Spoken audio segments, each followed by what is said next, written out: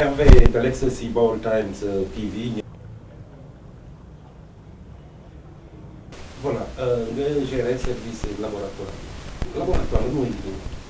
En fait laboratoire bi ñu koy définir ci lu gàtt dafa nekk benn service bi nga xam ne dañuy wax service d'aide au diagnostic.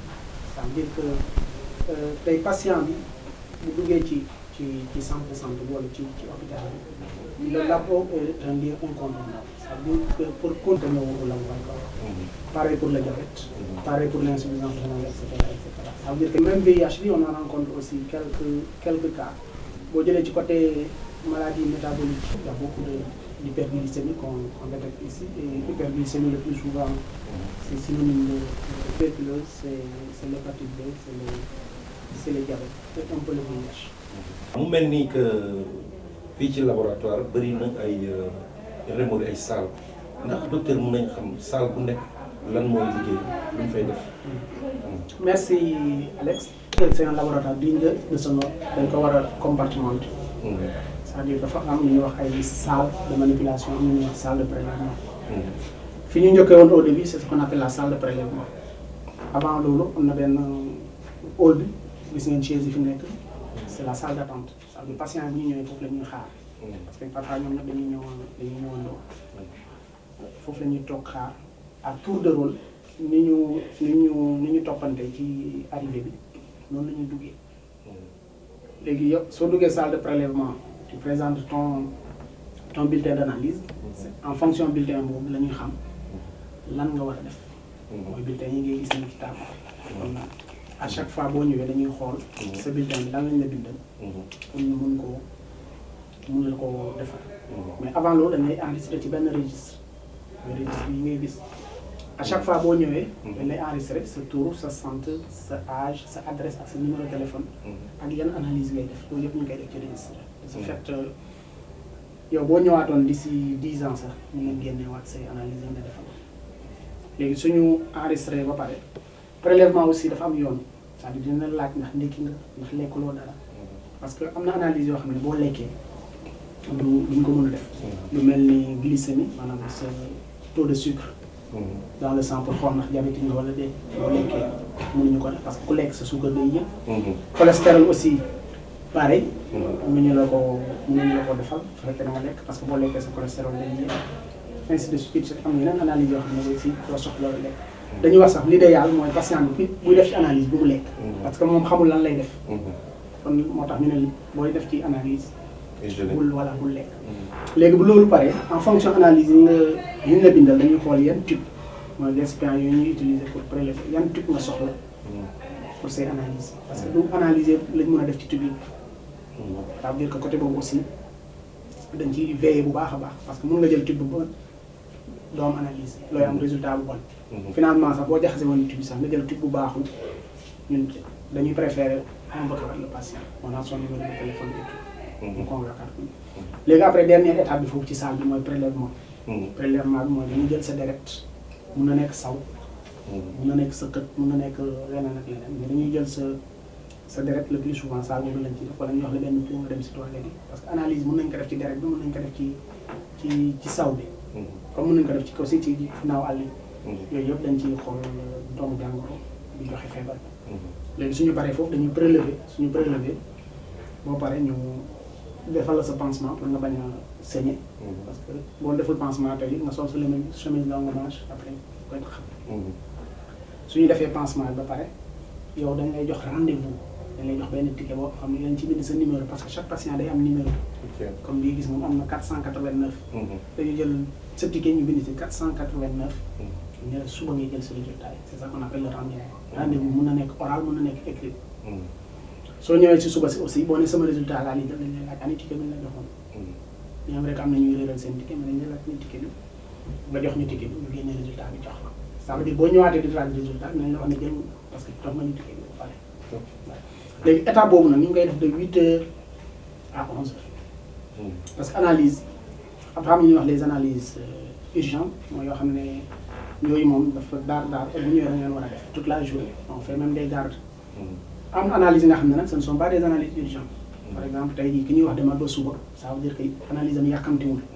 léegi analyse yi nga xam ne yàkkamtiwul nag à partir de 11h dootuñu ko jël parce que mënuñu jël continuer di jël il a fa un certain moment ñu arrêté ñu dem manipuler li ñu jël parce que on a donné rendez-vous le lendemain mais bu ñu continuer di jël il fait dañu am problème ñu joxe résultat léegi 11h la ñuy pare foofu ci salle de prélèvement léegi malade hospitalisé yi infirmiers yi sage-femme yi nekk ci service yi ñoom mën nañu ko prélever ñu indi ko à tout moment ba suba sans arrêt à tout moment mën nañu ko léegi bu ñu paree salle prélèvement dañu duggoon ci salle de manipulation bu ngeen xoolee ñu ngi def fii accès interdit aux étrangers wala aux personnes externes lu tax ñuy def loolu parce que laboratoire dafa nekk milieu bi nga xam ne prélèvement la ñuy jël c'est-à-dire deret bi ñuy jël saw bi ñuy jël ainsi de suite kiiwu sëkkat bi crachat yi on suppose que dafa am ay doomu jàngoro mais ñun xam nañu les précautions à prendre pour ne pas choper doomu jàngoro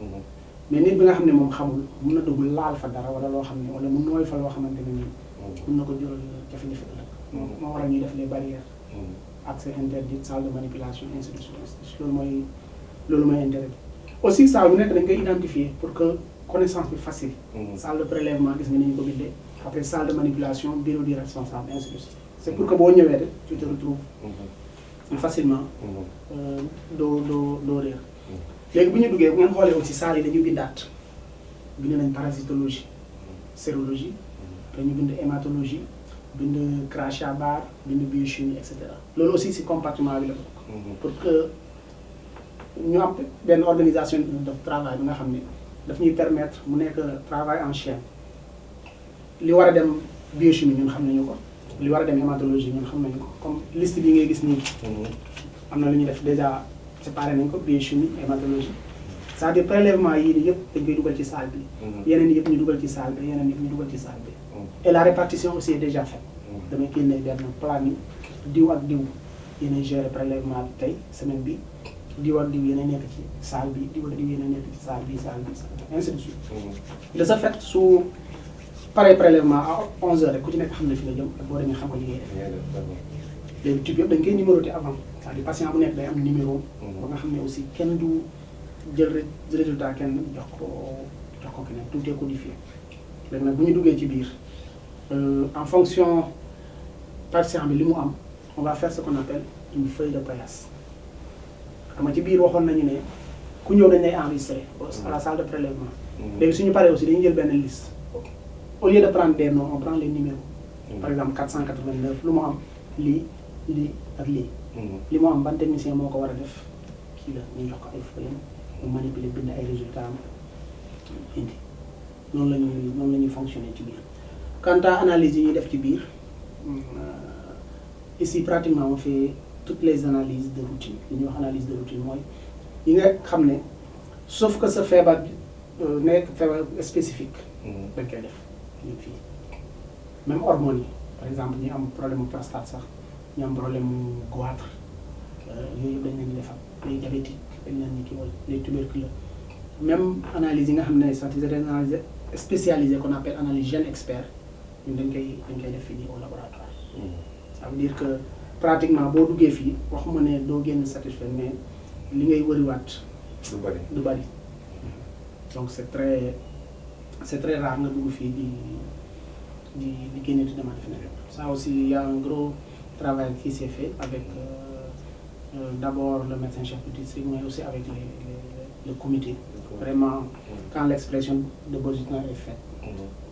Le plus souvent dañ koy satisfaire en fonction des moyens disponibles et tout ça c'est pour la population en fait. yan manquement la ngeen am ci seen service. Bon manquement yi côté plateau technique bien vrai qu'on a un plateau technique plus relevé on a beaucoup de matériel mais reste encore. sant yàlla. Côté personnel aussi on commence à mettre en place un personnel. ñu ngi ci benn période bu compliquée mu di pandémie Covid-19 bi seen liggéey am na ci tool. Bon en fait pandémie bi ça préoccupe pratiquement tout le corps médical y compris le laboratoire.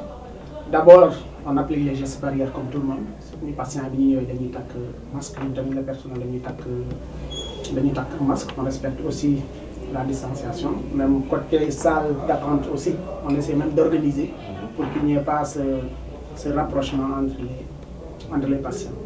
Maintenant, activité typique Covid, on fait des tests ici au laboratoire, des tests Covid de dépistage.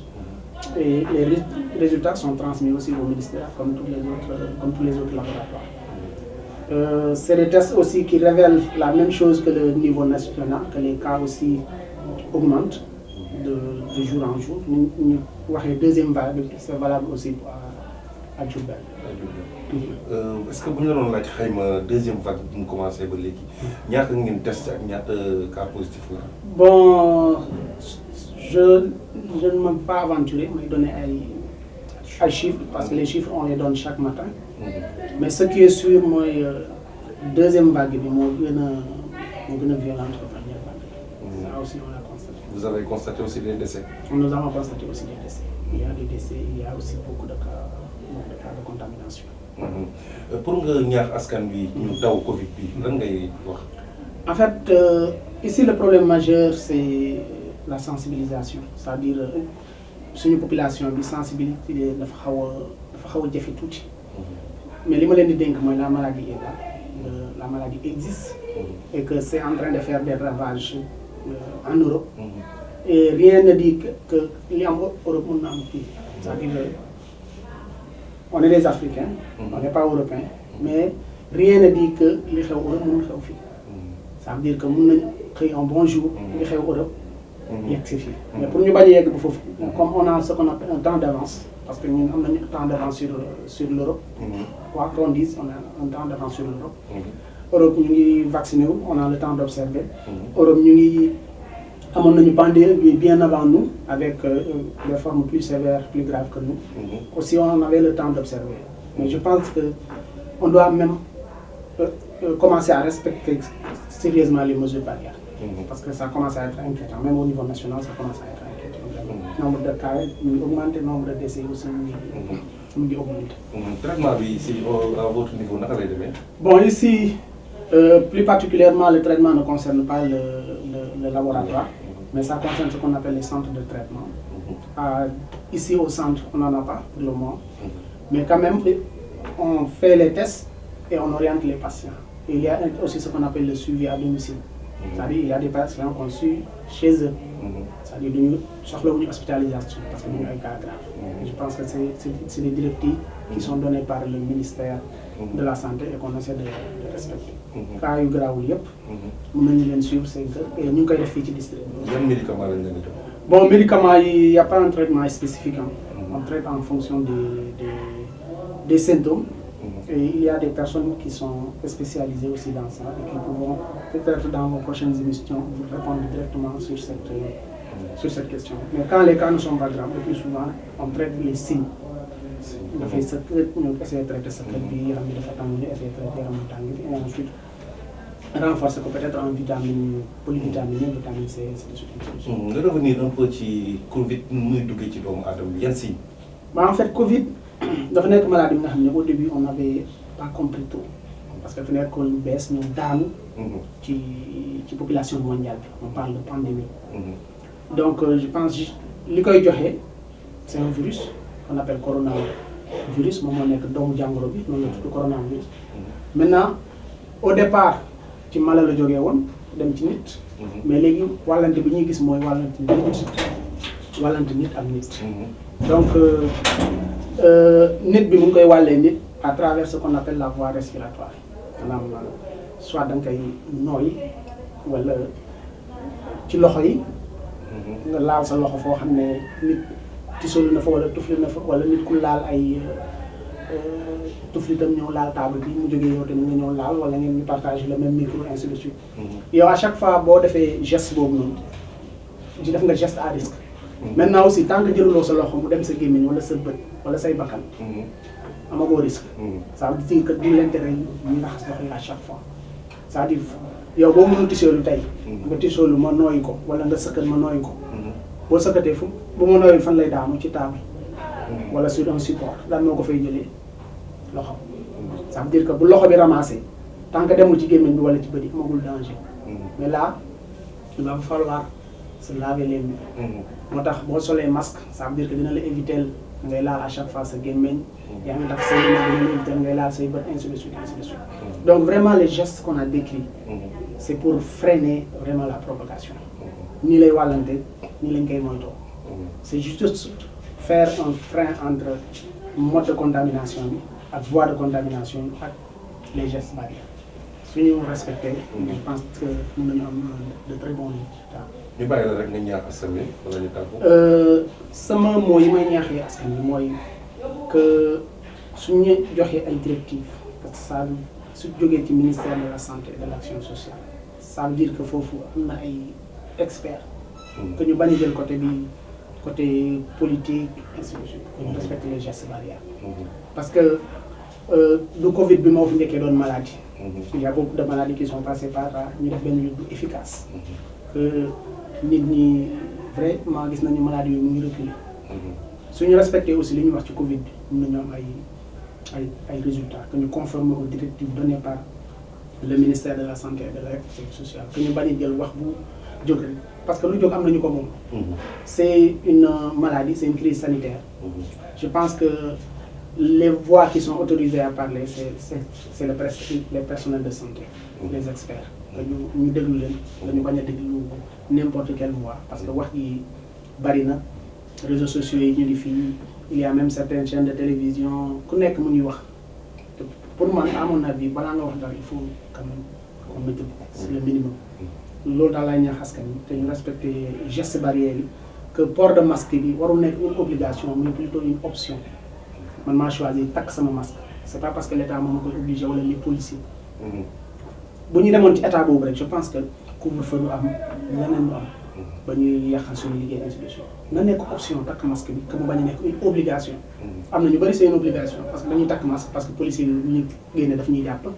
ñu bëri dañuy toog seen kër parce qu'il y a couvre-feu non ça doit être une option ku nekk jël xeex bi ne man sama xeex la xeex feebar bi non seulement c'est une maladie mais dafa am impact ci économie bi Dakar Thiès instant bi mënuñoo liggéey correctement ndax lan couvre-feu bi lu indi couvre-feu bi la maladie. Ça veut dire que xeex bi c'est pas la bataille de l'État ou bien des autorités étatiques mais c'est la bataille communautaire surtout pour que l'élection bi ñoo mën a xeexal seen bopp feebar bi jóge fi que ñu ñëpp ñu conscience yi loolu te moytu information yu baaxu yu jógee fi mu nekk te kenn du xam sax parfois ki koy wax donc loolu laa bëggoon terminer di gërëm seen téléspectateurs yëpp di gërëm aussi équipe bi déplacé wu ba fii di wax ne que le laboratoire en fait c'est un service incontournable ñu bëri peut-être xamuñu ko. di nga dem parfois ci nga gis sa docteur wala sa médecin moo xam spécialiste la moo xam généraliste la mu traité la ba nga wér mais à la place tu oublies même le laboratoire alors que le laboratoire a joué un rôle très important dans le traitement de ta maladie. parce que moom moo la wax xam ne lii moo la dal nit dina sëkk bari kenn du xam ndax tuberculose la tant que ñëw ci laboratoire bi mais pourtant soo paree tu vas dire que sama docteur moo ma traité sama lii moo ma traité bien vrai c'est tout le corps médical ay docteurs lañu seen spécialité c'est la clinique nous c'est la biologie mais quand même que nit ñi xam ne le laboratoire est là à Diourbel et que mu ngi leen di rendre service que analyse bu ñu soxla ils peuvent s'approcher de nous ñun ñu ngi def suñu kéemtalaay kàttan di augmenter le plateau technique am na fu ñu ko fekkoon am na fu ñu ko yóbbu feneen fi may jeexalee mooy que nit ñi am habitude di def xool seen yaram ñu bàyyi ba tëdd parce que fagaru comme ni ko olof di wax moo gën faju ñu bëri dañuy toog ba seen jabet yegg fenn fi te mënoon nañoo ñëw chaque année wala chaque 6 mois ñu xool seen suukar bu dee mu ngi yéeg ñu ne man nag maa ngi consommé trop de sucre wala defuma sport il faut que ma commencer yëngal sama yaram ainsi de suite am na ñuy yor hépatite B duñu ko dépister ba mu yegg cancer du foie buñ ko dépister au début bëri na ci maladie et puis je pense que man li may wax à chaque fois balaa nga tëdd ñoo nga xool sa yaram du la yàqal liggéey du la yàqal dara da ngay continuer di liggéey chaque jour di faju mais soo tëddee non seulement dootoo liggéey on sait que faju bi parfois am na niveau bu mu yegg mun na cher ci yow te que loolu yëpp boo jugoon teel a ñëw xool sa yaram au laboratoire mën na la kii wala yu bare voilà mu doon seen émission rendez-vous d'Alex ak Baol Time TV ñëwoon seet si service laboratoire fii si district sanitaire bu Diourbel jàkkaarloon ak docteur Malle bi nga xam ne chef de service bi docteur Baol Time TV mu ngi lay gërëm. maa ngi leen di remercier bu baax a baax.